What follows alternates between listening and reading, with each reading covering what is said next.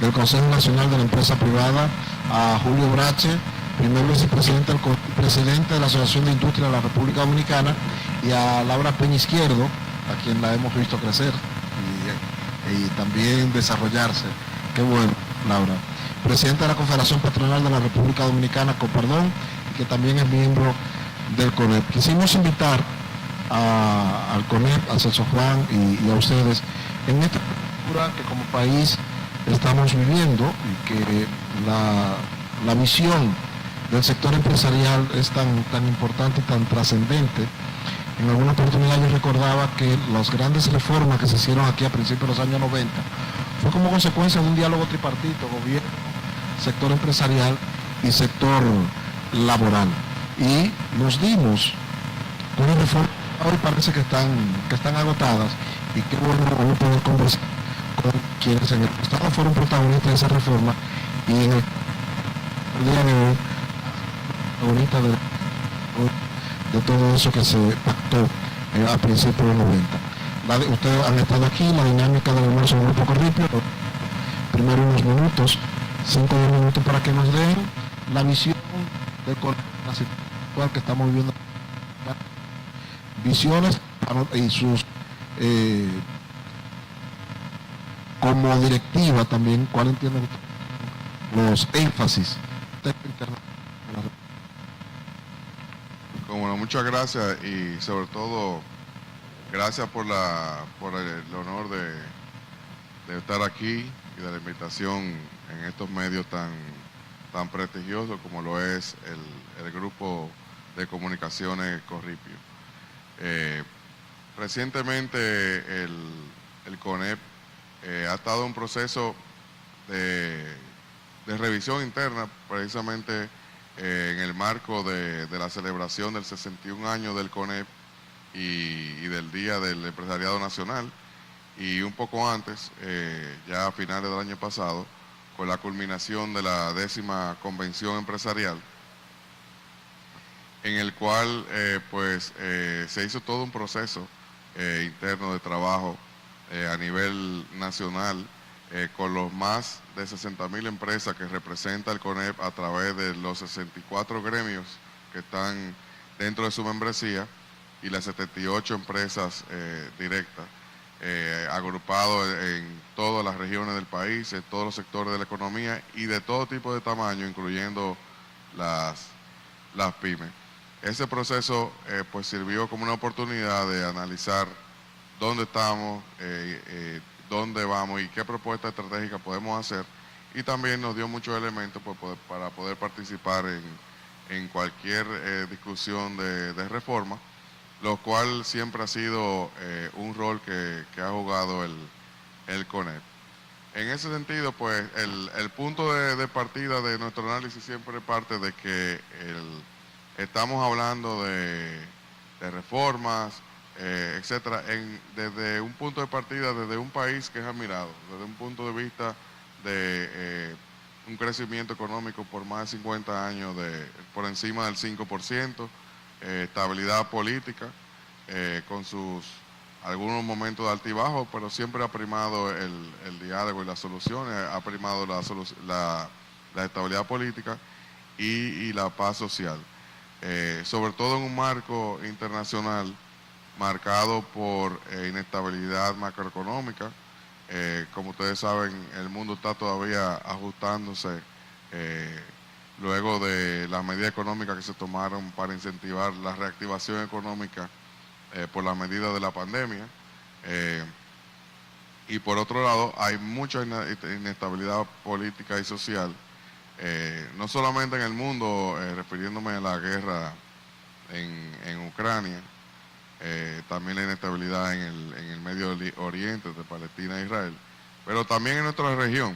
En Latinoamérica vemos que una gran cantidad de países hermanos pues están afectados por problemas políticos o de inestabilidad social, que se traducen en un mal comportamiento económico y en desesperanza, o por lo menos en contra del bienestar de los ciudadanos. Entonces, estamos en una situación privilegiada en ese sentido como país, de que estos temas que se han planteado se están proponiendo discutir desde un punto de partida de estabilidad y con una visión de cómo podemos trabajar para que nuestro país siga avanzando en los próximos 20, 30 años, no desde el punto de partida de una crisis.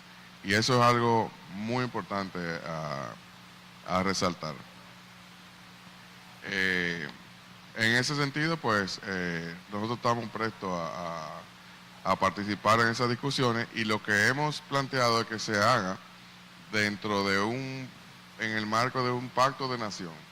O sea, estos temas necesitamos abordarlos pensando en cómo el país va a avanzar más en los próximos 20, 30 años y cómo también combinar el crecimiento económico con el bienestar social. Por eso hemos planteado abordarlo como pacto de nación, es decir, no hablar solamente del pacto fiscal que manda la Estrategia Nacional de Desarrollo, sino también de ver el tema eléctrico, que tiene un peso importante dentro del tema fiscal. También ver el tema de educación. Probablemente, y así lo hemos identificado en el marco de la propuesta emanada en la 10ª Convención Empresarial, el tema de educación. El tema de educación es importantísimo para el futuro, para el bienestar social, pero también para el desarrollo económico, porque estamos viendo que para poder crecer, incursionar en nuevos sectores de la economía, como los semiconductores, lo que traigan las nuevas industrias que traigan el nearshoring, el mismo hub logístico, para que la zona franca, la industria, sigan creciendo, pues hace falta capital humano. Entonces el tema educativo es un tema elemental y fundamental en ese pacto de nación. Y así, pues lo más importante es que esas discusiones se den dentro de ese marco. Nosotros estamos como sector privado prestos a participar, siempre buscando lo mejor para el país, sobre todo para que el país se siga desarrollando en el plano económico y para que eso se traduzca en bienestar para la población. A mí me gustaría que usted saber el enfoque filosófico de particularidad en cuanto a tal, sino qué debe buscar ese pacto fiscal y cuáles son los enfoques. Bueno, nosotros hemos identificado algunos pilares que pensamos que se deben tomar en cuenta.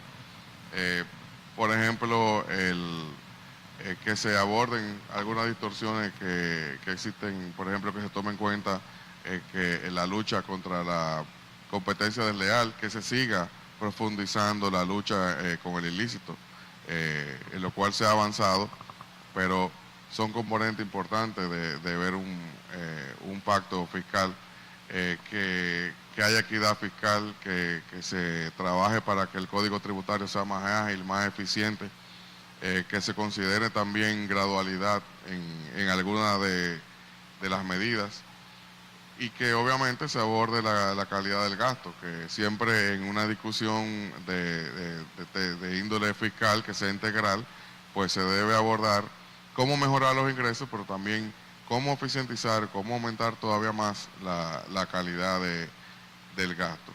Y dentro de eso, pues obviamente es importante abordar el tema del sector eléctrico, porque hay una oportunidad enorme de poder transferir esas pérdidas que hoy impactan en el presupuesto nacional a una calidad del gasto. O sea, es necesario, por ejemplo, que el gasto de inversión o la inversión en obra del Estado se pueda aumentar. O sea, que haya más recursos para hacer obras que demanda la sociedad y que también necesita el país para desarrollarse, como por ejemplo lo es la infraestructura. Pero también hay temas muy importantes que requieren recursos, como por ejemplo la salud o la seguridad ciudadana. Entonces es importante que en esta discusión se vea, y estos pilares lo que apuntan es a eso, que en esta discusión pues se vea cómo mejorar los ingresos, cómo mantener el clima de confianza, cómo mantener el nivel de inversiones, cómo atraer más las inversiones del extranjero para seguir generando crecimiento económico e ingresos para el Estado, pero también cómo mejorar la calidad de ese gasto, buscando que toda la ganancia que haya, toda la eficiencia que se pueda generar, pues vaya a inversiones que requiere el país para desarrollarse. Barrero.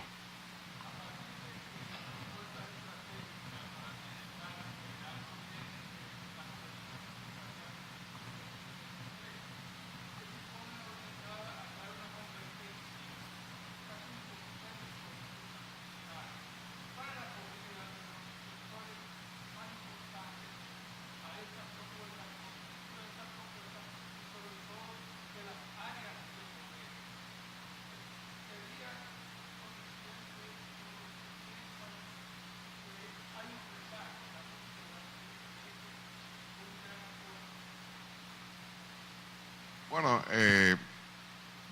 nosotros hemos evaluado esa pregunta y lo que vemos es que ha tenido una gran acogida. Por ejemplo, acabamos de culminar recientemente un proceso electoral que dicho sea de paso, hay que resaltar que fue un proceso donde la democracia se fortaleció, fue un proceso histórico en ese sentido, no solamente por el comportamiento de los dominicanos en las urnas, sino también por el proceso en sí, donde se caracterizó por los debates. Y debate a todo nivel, presidencial, vicepresidencial, congresual y municipal. Y pudimos ver que en esos debates salió a relucir muchas propuestas que coinciden con la propuesta del sector privado, donde esas propuestas estratégicas se elaboraron en el marco de la 10ª Convención Empresarial, donde también participaron otros sectores y donde también se conversó con otros sectores antes de llevarla ahí. Entonces, de eso se trata, que podamos ver estos temas de reforma como un tema estratégico, como un tema de cómo crear las condiciones para que nuestro país siga avanzando hacia los próximos 20, 30 años, las próximas generaciones, y sobre todo aprovechar la gran oportunidad que tenemos, porque como decía al principio, mientras otros países, incluso nuestros vecinos y nuestros competidores, están lidiando con temas de inestabilidad política, social y por ende económica, nosotros estamos partiendo de un punto de estabilidad política, estabilidad social y un crecimiento económico sostenido en los últimos 50 años. Entonces, de lo que se trata es de aprovechar esa oportunidad y poder llevar a la República Dominicana a otro nivel. Germán Marte.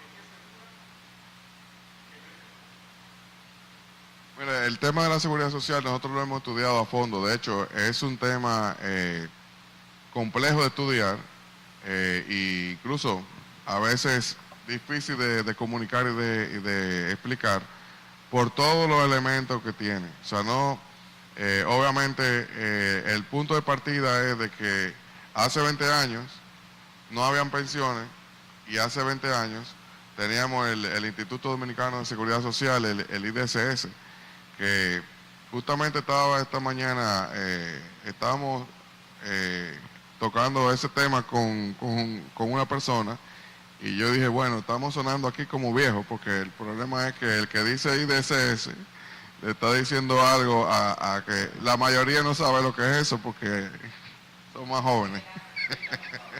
No sale la edad ahí. No, ella no sabe, ella yo creo que era una niña cuando eso. Pero bueno, el tema es que se ha avanzado. Obviamente hay muchas cosas que mejorar y siempre la va a haber cuando las cosas mejoran. Pero se ha avanzado en un partido de un sistema totalmente de salud, totalmente ineficiente y de una falta de pensiones, a un sistema que, mal que bien, he admirado, o sea, y eso pasa mucho. Cuando vienen a visitarnos del extranjero, se admiran de cómo ha avanzado la seguridad social, de cómo ha crecido la economía, de cómo aquí hay estabilidad política, de cómo también tenemos una capacidad de comunicación con la sociedad, con los políticos con la sociedad, con los políticos con los empresarios, y eso es algo que caracteriza en nuestro país y realmente nos impulsa a poder trabajar para mejorar. Pero concretamente de lo que se trata es de fortalecer el sistema de seguridad social, mejorarlo. En el tema de salud es importante trabajar en la atención primaria. Eso va a ayudar definitivamente a bajar los costos. O sea, es un sistema complejo. Todo lo que entra al sistema hay que dividirlo entre todos los prestadores de salud. Muchas veces se apunta solamente a la ARS o se quiere incluso satanizar. Pero es más complejo de eso, porque es un tema de administración de recursos. 100 pesos que entran a la seguridad social, hay que dividirlo entre todos los prestadores de salud que tienen sus costos y tienen su estructura. Y realmente también hay que trabajar para aumentar la cantidad de cotizantes en el sistema. O sea, la informalidad, incluso la evasión, porque la TCS lo ha dicho. Lamentablemente hay algunos sectores que utilizan un salario menor para cotizar.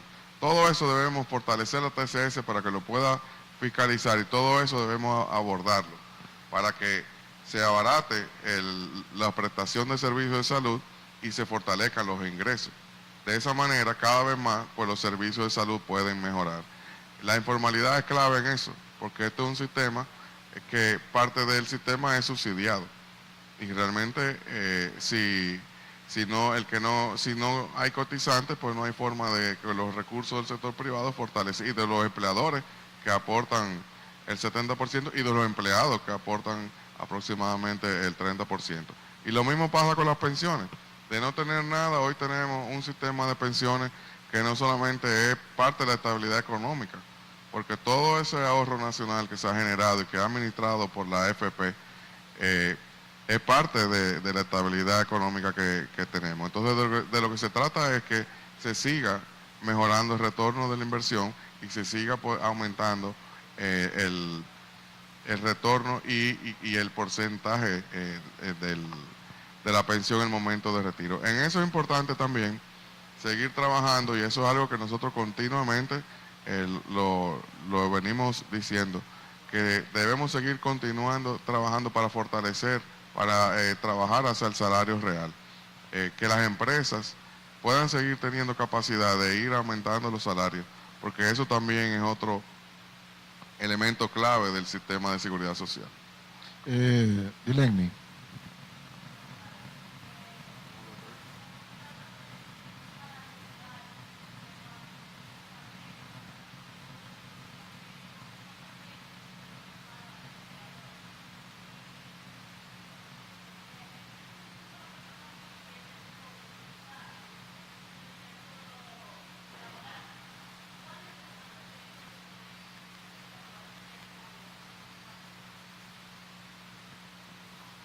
Bueno, con el código laboral, el planteamiento es obviamente de que hay que reformarlo. El Código Laboral es del año 1992, que volviendo otra vez a sonar como viejo, es un código de otro país y de incluso de otro mundo. El mundo ha cambiado, el trabajo ha cambiado y ese código debe adaptarse. Entonces realmente en eso es importante, ha habido conversaciones, es importante que siga el diálogo tripartito primando. Tenemos en nuestro país uno de los pilares es esa capacidad de diálogo. El diálogo tripartito en nuestro país es muy importante, es uno de los pilares del desarrollo y la verdad que se ha venido avanzando en las discusiones para poder llegar a acuerdos y mejorar el código laboral, que debe abordar, dentro de todo eso que hemos conversado, también la informalidad. La informalidad laboral en nuestro país es superior al 50% y realmente es insostenible hablar de un código laboral que no aborde eso, y es insostenible hablar de reforma sin abordar el tema de la informalidad laboral. Así que esos son temas fundamentales que deben tomarse en cuenta y confiamos en que las conversaciones van a llegar a un código laboral que permita seguir creando empleo, disminuyendo la informalidad laboral y mejorando los salarios. Pero con ese código laboral, cuando uno se pone a ver el tiempo que tiene en la mesa del diálogo y sigue en la mesa y sigue en la mesa, a veces uno cree que ya se ha convertido en la mesa el código. Entonces, si hemos sido incapaces de poner un acuerdo con el código de trabajo, que es complicado, pero los códigos son complicados, entonces, ¿qué esperanza tengo yo de que nos podamos poner de acuerdo en un código, en una reforma fiscal, donde también hay intereses ya diversos, económicos? ¿Qué garantía tengo yo, si no somos capaces de ponernos de acuerdo en el código laboral, de que seamos capaces de ponernos de acuerdo en otras cosas, como es la reforma fiscal? Por eso nosotros lo planteamos dentro de un marco de nación, de pacto de nación, y recalcamos el rol que tiene el liderazgo político y social y obviamente el empresarial para que podamos llegar a esos acuerdos en un marco de estabilidad política, social y económica, no en una crisis, porque si no lo hacemos en ese marco, pues entonces lamentablemente lo tendremos que hacer cuando llegue una crisis, que es lo que no queremos que llegue. En el 1992 todos esos acuerdos se aceleraron porque el país estaba inmerso en una de las peores crisis económicas de la época moderna. Entonces realmente de eso se trata. Nosotros tenemos ahora mismo una gran oportunidad de hacerlo en el momento preciso que ahora podría ser, y pinta que es ahora, o esperar a llegar a la crisis. Por un lado tenemos esa opción, o por el lado tenemos la opción. Lo correcto es hacerlo ahora, y el liderazgo político, empresarial y social tiene que jugar su rol y tiene que llevar hacia adelante esta mejora que requiere el país para poder seguir avanzando, porque sin mejora en la educación, sin mejora del tema eléctrico, sin abordar el tema fiscal, sin abordar el tema laboral, definitivamente es cuesta arriba pensar que vamos a durar 20, 30 años diciendo que el país es una historia de éxito en materia de crecimiento económico, que el país también tiene, es una historia de éxito, ofreciendo oportunidades, sobre todo a los jóvenes, para que aumente el bienestar social. O sea, esto es necesario hacerlo, y dentro de ese marco de un diálogo y de un pacto de nación.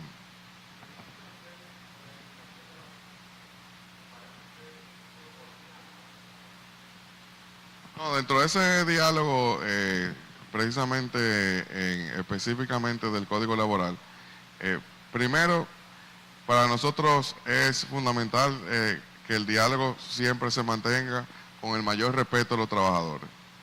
También que los derechos adquiridos no son parte de la negociación, los derechos adquiridos no son incuestionables.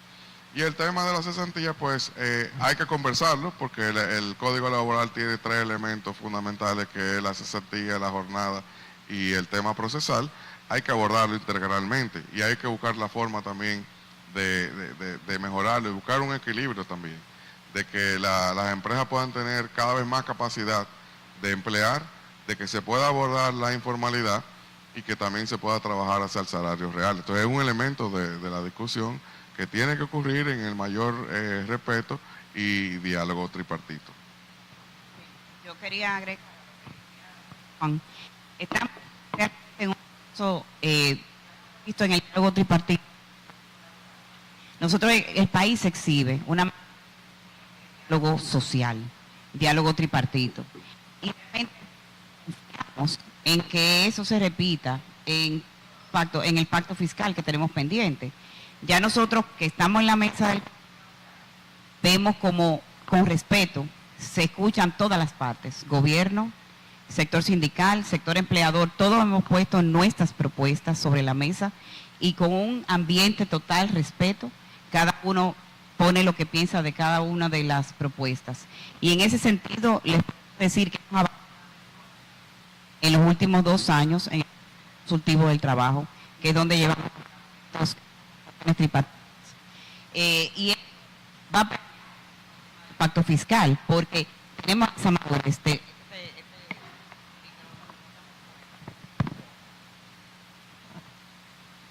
con esta madurez del diálogo social, eso es algo que el país exhibe. Yo vengo de participar en el Foro de la Productividad que se le celebró en Chile con todos los sectores empresariales de los países de Latinoamérica y el Caribe. Y la verdad que me siento muy orgullosa de representar a la República Dominicana porque somos el país de mayor crecimiento en el área.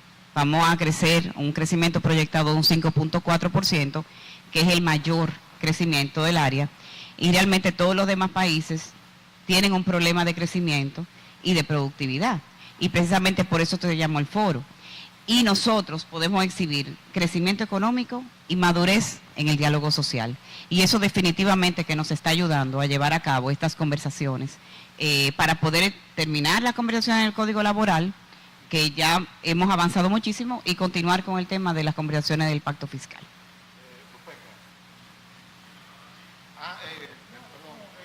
Simplemente de parte del sector industrial, quería agregar ya lo expuesto por Celso y por Laura, en el tema de que la reforma del Código Laboral, uno de los pilares que necesita ser abordado y que se está abordando es el tema del primer empleo.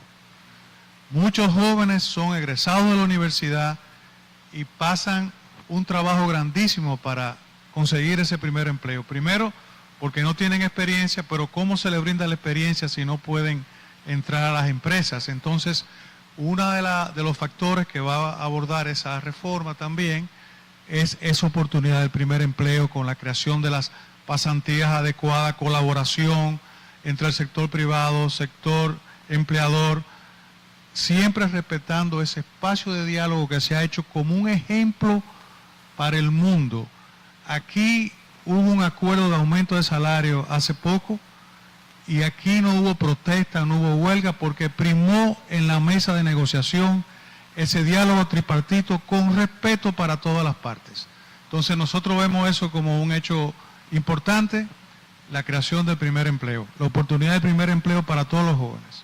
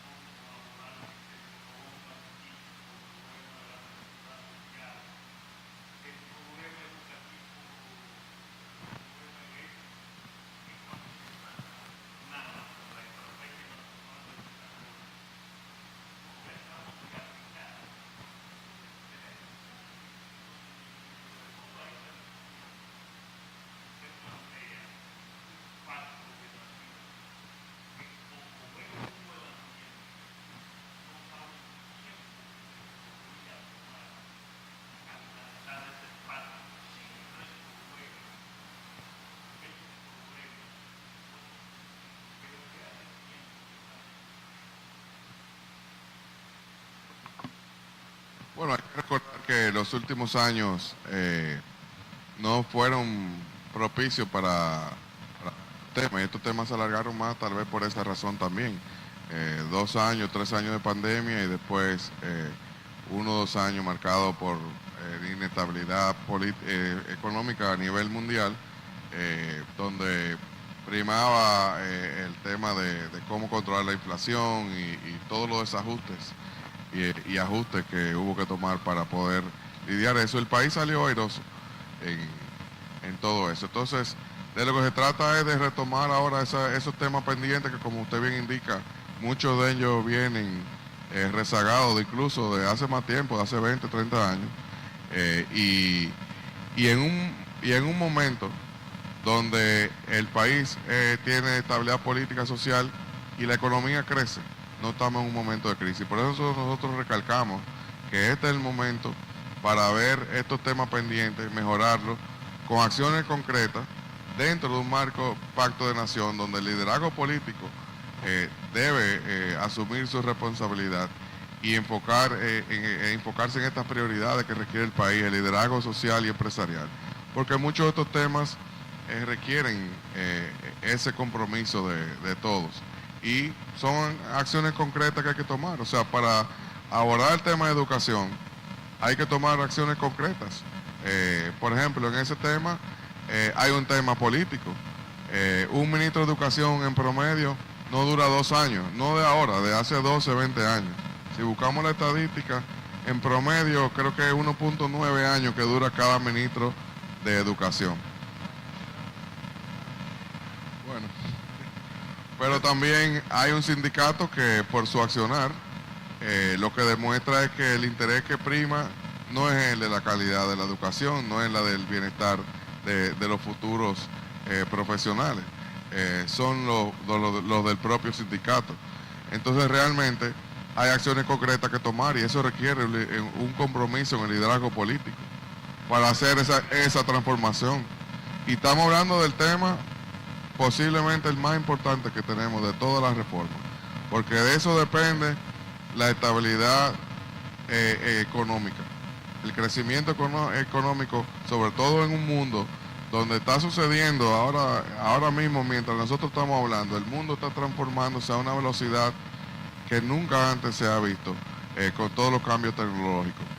Y también en un momento donde ya el capital humano no es solamente un tema de justicia social y de poder proveerle oportunidades de ascenso a los que no tienen oportunidades. Es un tema también ya que sin capital humano no puede haber desarrollo económico. Entonces eso es una necesidad imperante. No vamos a hablar de una historia de éxito sin abordar ese tema. Entonces coincido con usted, o sea, tiene que haber compromiso y verlo como un pacto para tomar acciones concretas para que podamos tomar las medidas necesarias para que el país siga avanzando en los próximos 20, 30 años. Como dice Celso, y quería ampliar un comentario nada más breve, yo diría que ahora o nunca, y te voy a explicar por qué. Como dice Celso, el pacto ahora o nunca. Una enseñanza que nos dejó el COVID a nosotros fue trabajar juntos, gobierno y sector privado, y el sector patronal también, o sea, los empleados, los sindicatos, el gobierno, las universidades, la sociedad. El plan de vacunación que se llevó aquí a cabo después del COVID no hubiera sido posible si todas las partes no hubieran estado involucradas. Y ese escenario que se presenta ahora para este Pacto Nación se ensayó muy bien durante el COVID. Esa unión, sector público, sector privado, yo creo que es lo que nos va a llevar ahora a realizar un Pacto Nación a una velocidad que nunca se había visto antes. Porque como dice Celso, el mundo está cambiando muy rápido. Este tema que se aborda ahora con la inteligencia artificial es una revolución, pero a 1000 por hora. Entonces nosotros tenemos que estar preparados para hacer las reformas que lleven a este país a lo que se quiere, a un grado de inversión. Un grado de inversión significa que alcancemos tal desarrollo, tanto a nivel salarial, educativo, empresarial, de competitividad, que nos permita alcanzar ese desarrollo, como se ha planteado en el nuevo decreto 337-24, que es alcanzar la duplicidad del Producto Interno Bruto en el 2036, creciendo a un 6% anual. Y este es el momento preciso para lograr esa meta. Hay un buen momento para ese diálogo.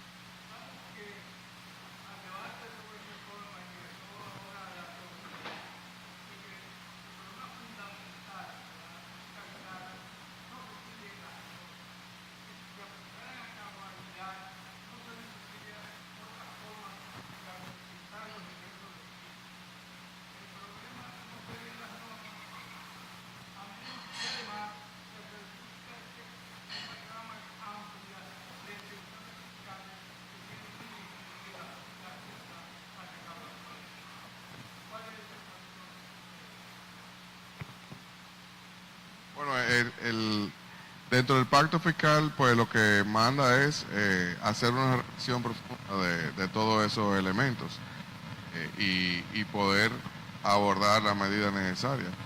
Revisar las exenciones, definitivamente parte de las discusiones que tiene que suceder. Un tema también que nosotros vemos muy importante es seguir con la digitalización, que aquí hemos dado pasos importantes, por ejemplo, la facturación electrónica ya se empieza a implementar. Hemos visto otros países donde se implementa la facturación electrónica y eso permite a las autoridades recaudatorias pues combatir más la evasión. Definitivamente la competencia desleal que afecta, la competencia desleal afecta a todos los sectores de la economía por igual. O sea que ese es un tema que no solamente le permite a la autoridad recaudatoria aumentar sus ingresos, sino que también mejora la competitividad de los sectores formales reales, que son los que generan empleo y pagan impuestos. La competencia desleal es una combinación. Puede ser sectores que recurren al fraude, como por ejemplo la evasión del ITEVI.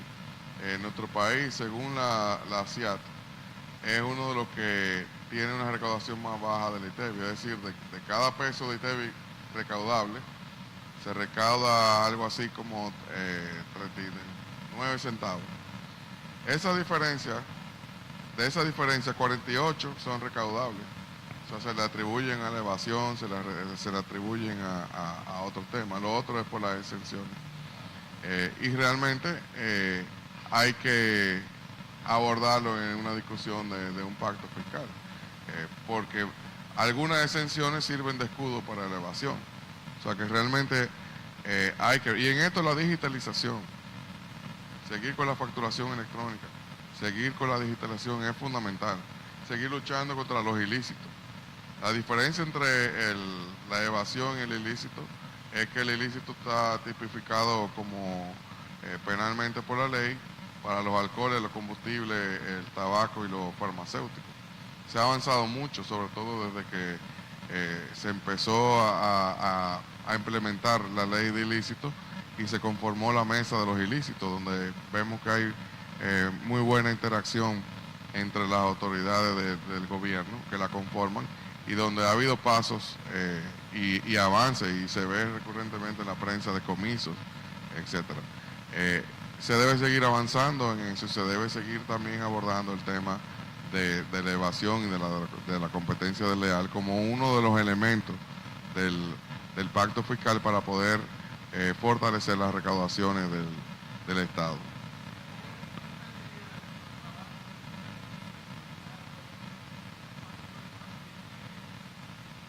Sí, a eso me refiero con el ilícito. Y por suerte tenemos esta ley y hay que reconocer que se ha avanzado. La ley es del año 2000, me parece, y inmediatamente se conformó la mesa de ilícitos que está dirigida por el Ministerio de Industria y Comercio está conformada también por la Procuraduría General de la República, Aduana, DGI, Hacienda, los mandos militares pertinentes, Proconsumidor, y realmente ha habido una muy buena conformación de esa mesa y se ven los resultados. O sea, ha habido una mejora en la lucha con el ilícito, y por eso vemos frecuentemente decomiso de alcohol, de cigarrillos, de medicamentos, y eso da confianza de que se puede seguir avanzando y reducir esto a su mínima expresión. Como ejemplo, para continuar con eso, hemos visto también cómo en la arteria principal del comercio de nuestra ciudad, Santo Domingo, recientemente fueron fiscalizados 4 comercios, que en esos 4 encontraron 4.000 millones de pesos de evasión, en 4 comercios. Bueno, no, yo no sé de qué nacionalidad eran, pero sí te puedo decir que cuando tú ibas a pagar, a comprar un televisor, te decían, no tomamos tarjeta, tú no pagas en efectivo a una de estas 4 cuentas. Las 4 cuentas no tenían el nombre del comercio. O sea que ya tú ves por dónde va el tema de evasión. Eso hay que seguirlo fiscalizando, y yo creo que eso contribuye muchísimo a lo que mencionaba Celso, de reducir el tema de la evasión y irnos a un comercio más formal. Porque ahí que viene el tema, cuando existen esas distorsiones que se encuentran en esas fiscalizaciones,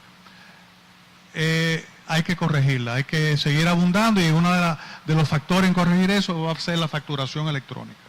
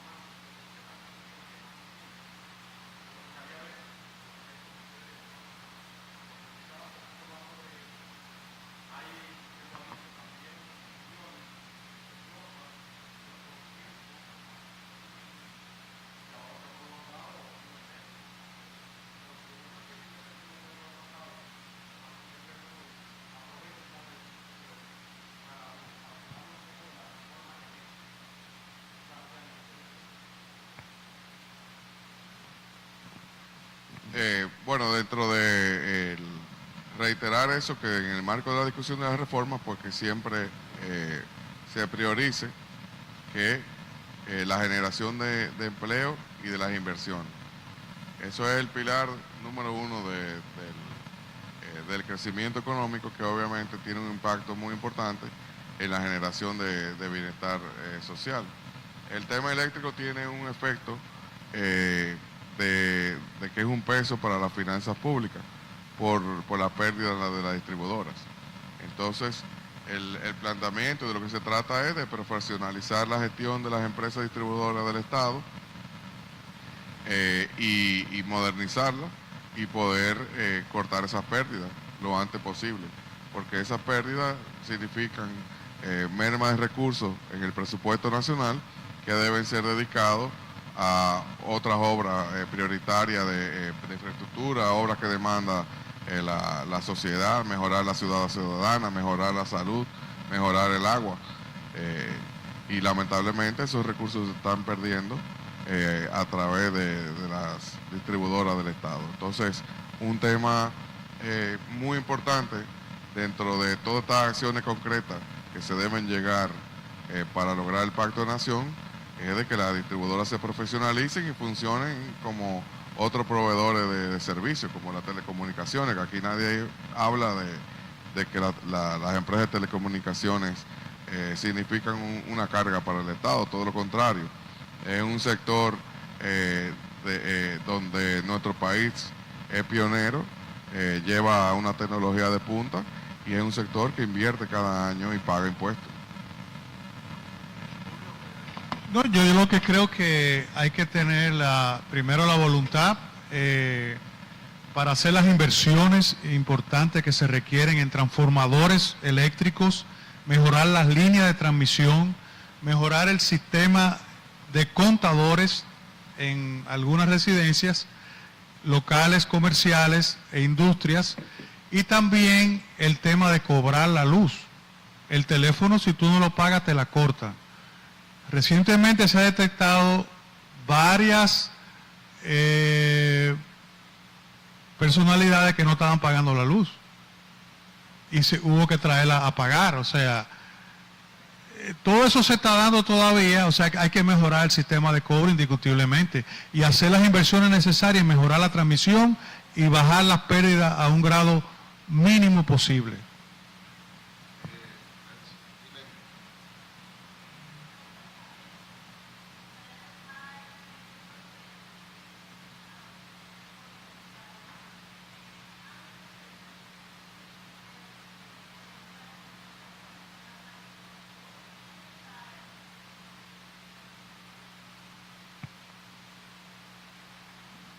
Bueno, el entorno internacional que vemos es primero marcado por todavía inestabilidad macroeconómica, sobre todo por el tema de los ajustes pendientes, la tasa de interés alta en Estados Unidos, en Europa y en los demás mercados internacionales, fruto de los ajustes que hubo que hacer para controlar la inflación que se generó luego de la reactivación económica de la pandemia.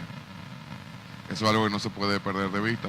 También inestabilidad geopolítica por todavía la guerra en Ucrania y también la inestabilidad en el Medio Oriente entre Palestina e Israel. En nuestro vecindario vemos también inestabilidad política, social o económica, o la combinación de las tres, en nuestros países vecinos de la región, en Latinoamérica. Entonces, lo que estamos planteando es que nuestro país, en estos momentos, es un tesoro que debemos cuidar y debemos ver todas estas conversaciones de esa forma. ¿Cómo podemos hacerlo?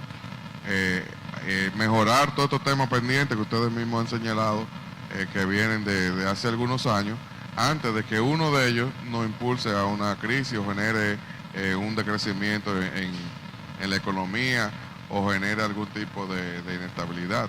O sea, debemos ser capaces, y somos capaces, si hemos sido capaces de poder mostrarle al mundo esta historia de éxito, que ahora vienen a República Dominicana y nos admiran, pues tenemos que asumir el compromiso de hacerlo de la mejor manera y no esperar a que nos aborde una crisis que ojalá nunca llegue.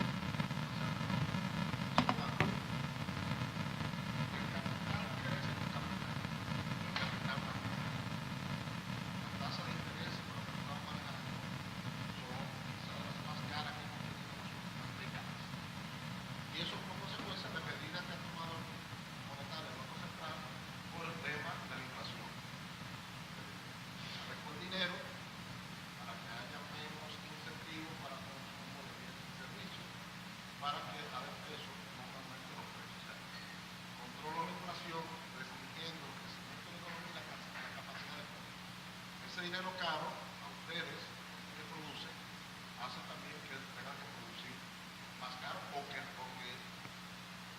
dilaten para otro momento futuras inversiones. Ese equilibrio, porque encima de eso tenemos un entorno internacional, el Banco Central Europeo le dijo a Europa, mire, las metas inflacionarias posiblemente se nos vaya de la mano este año, exactamente el año que viene. Esa realidad está ahí. Ustedes no la usaban para decirnos, hay que hacer una reforma fiscal, está haciendo la propuesta de ley, hay que hacer una reforma fiscal urgente, porque si no, vamos a perder lo que tenemos, que es la estabilidad económica, por la crisis que puede generar. Pero lo que yo he escuchado de una reforma fiscal, quitándole todos los incentivos a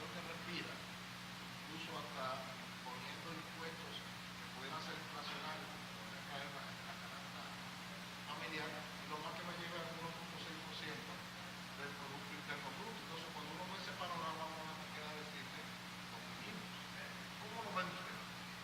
Ese técnico panorama que le presenta. Bueno, hay que verlo en la justa dimensión de cada uno de los elementos que llegan a ese panorama. Por ejemplo, las acciones del Banco Central y del Ministerio de Hacienda pues han sido clave en la estabilidad económica que tenemos hoy y en el nivel de confianza. O sea, como he dicho varias veces, estamos partiendo de un país que ha crecido por más de 50 años al 5.2% con estabilidad política, estabilidad social y que ha sobrevivido a la pandemia. O sea, luego de la pandemia y todos los efectos posteriores, pues la economía ha recobrado un nivel de crecimiento, se ha controlado la inflación y lo más importante es que existe un nivel de confianza que ha permitido que las inversiones sigan avanzando. El 89% de todas las inversiones en nuestro país la aporta el sector privado. Y por otro lado, hemos también pasado a ser el país de Centroamérica y el Caribe de mayor atracción de inversión extranjera. Y obviamente también hemos pasado a ser la séptima economía de Latinoamérica. Todo esto en ese marco convulso, como usted lo ha mencionado, fruto de los ajustes que hubo a hacer después del COVID. O sea, pero en eso el Banco Central y Hacienda y otras instituciones, incluso como la Superintendencia de Bancos y otras más, pues han jugado un rol fundamental, básicamente adaptándose a eso que viene de fuera y junto con el gobierno manteniendo los elementos para que exista confianza. En ese contexto es que debemos de ver cómo fiscal, porque no hablamos de reforma, hablamos de pacto fiscal que permita revisar cómo mejorar el gasto público, cómo transferir más gasto que tal vez no es tan eficiente a un gasto eficiente a la construcción de obras. También revisar cómo puede el gobierno ingresar más, cobrar más, fortalecer sus ingresos, pero obviamente sin afectar la generación de empleo y la generación de inversiones. Eso es un reto, pero realmente la vía para llegar a ellos es a través del diálogo, como un pacto de nación, que es posible y definitivamente es necesario hacerlo oportunamente y viendo cómo el país se va a impulsar hacia los próximos 20 o 30 años, cómo vamos a poder mantener un modelo exitoso de atracción de inversiones, de confianza interna para generar inversiones y con ellas empleo y poder creciendo la economía en medio de ese panorama internacional convulso y también del gran cambio tecnológico y geopolítico que hay. O sea, estamos viendo cómo los flujos de comercio se están acercando, es decir, los Estados Unidos quieren cada vez tener la manufactura más cerca y eso es una realidad que estamos viendo, es una oportunidad también para nuestro país. En resumen, el país tiene una gran oportunidad, o sea, esto debemos verlo como un tema estratégico, cómo poder aprovechar esas oportunidades que plantean esos temas macroeconómicos y también geopolíticos para poder seguir avanzando en medio de una transformación tecnológica tan grande donde está avanzando a una velocidad que dentro de poco, si todo lo que estamos aquí no nos actualizamos, nos lleva de encuentro. O sea, es un tema también que hay que tomar en cuenta en ese contexto. Pero en definitiva, a través de un pacto de nación podemos hacerlo como lo hicimos en el año 1992. La diferencia es que en ese momento lo que nos forzó a hacerlo fue una crisis. Brevemente lo que te quiero decir es que, tal como dice Celso, el reto más grande que se presentó al mundo, no solamente a la República Dominicana después del COVID, fue el control de la inflación, una inflación generada por una escasez inmensa de bienes y servicios por el tema del tránsito de los barcos, escasez en la apertura de los puertos, dilación en la apertura de los puertos, y generalmente eso lo que trajo fue que para controlar esa inflación hubo que subir la tasa de interés a nivel del mundo entero. La República Dominicana no escapó a eso, pero ya los niveles de inflación han ido cediendo en el mundo entero. Inclusive aquí en República Dominicana hemos visto como el Banco Central la semana pasada mantuvo su tasa de referencia en un 7%, y en el día de ayer el presidente de la Reserva Federal de los Estados Unidos, el señor Powell, anunció que va a hacer un recorte de tasa antes del mes de diciembre, que era lo que estaba previsto. O sea, parece que ese recorte va a producirse en los próximos 60 días.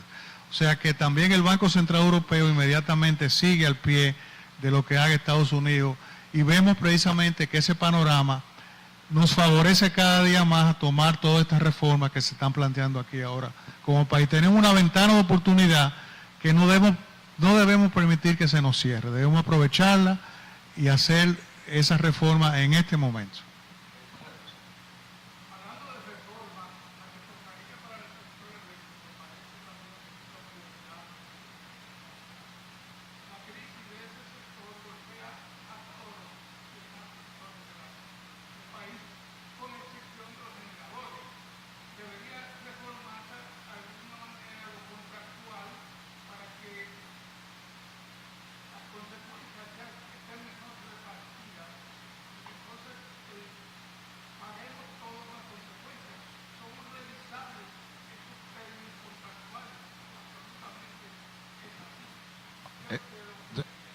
Esa pregunta que hace Marrero, yo se la voy a también a poner un chin de sazón. ¿Qué le diría Celso Juan Marracini al presidente del Consejo Unificado de las EDES sobre eso que está diciendo Marrero? Bueno, lo que le diría es que tiene todo el apoyo del sector privado para tomar las medidas que sean necesarias para reducir la pérdida de las EDES, que es el principal problema. La generación no es problema desde el punto de vista sistémico, porque hay generación suficiente y se han generado las condiciones para que se siga invirtiendo en ese sector, tomando en cuenta que es un sector que requiere una planificación de muy largo plazo. O sea, construir un sistema, un conglomerado de generación eléctrica toma años, y la inversión requiere también un financiamiento muy grande, que definitivamente no pudiera hacerse si no hay las condiciones de estabilidad, no solamente jurídica, sino también de confianza, para que se puedan ir planificando. Entonces eso es fundamental en la estabilidad del sector eléctrico. Antes el problema del sector eléctrico era que se iban la luz, los apagones, etcétera, hablando de los 90. Si recordamos en los 90, donde no había la capacidad de generación suficiente, a veces un apagón era al revés, le decían prendión, pero era porque no había capacidad de generación eléctrica. Hoy eso ha cambiado, y el problema del sector eléctrico se focaliza en las distribuidoras, que pierden prácticamente 40 centavos por cada peso que deben de cobrar, y eso se traduce en un déficit de más de 1.500 millones de dólares que impacta el presupuesto nacional, y que realmente es la principal carga que existe. Entonces, lo que es más urgente es resolver el problema de las distribuidoras, y en eso se requiere profesionalizarla, invertir y también combatir el fraude eléctrico.